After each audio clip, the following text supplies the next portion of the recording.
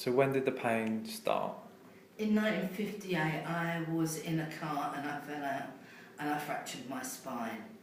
In that time, the pain treatment was literally putting me in plaster and having morphine injections every 4 times a day.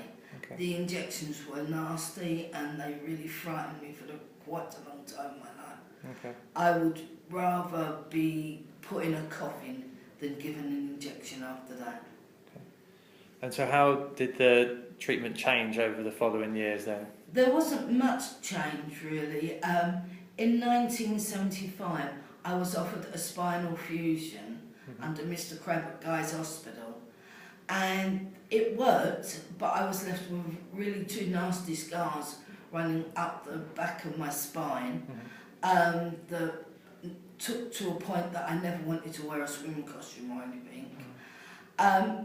Then in life it got worse towards the 90s again, and gradually I was just put back on morphine patches until I went to the pains unit at St Thomas's and I was offered a TENS machine, which is brilliant. It does help, but if you read a book in bed of a night time, and by morning you're in pain again because the TENS machine patches are on your husband and you're laying there with no support for the pain.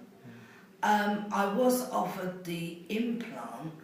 I had to go on a 2-week living course, which was everything from exercise to psychiatric checks, and given how the operation would be done, what would happen to you, if it would work, etc, etc.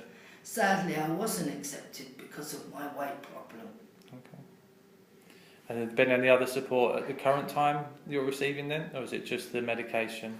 It's just been medication, crutches when the weakness in my legs got stronger, and I do have a mobility chair because I can only walk a certain amount. I've not been able to go back to walking around shops anymore. So that's my life, is a wheelchair and crutches.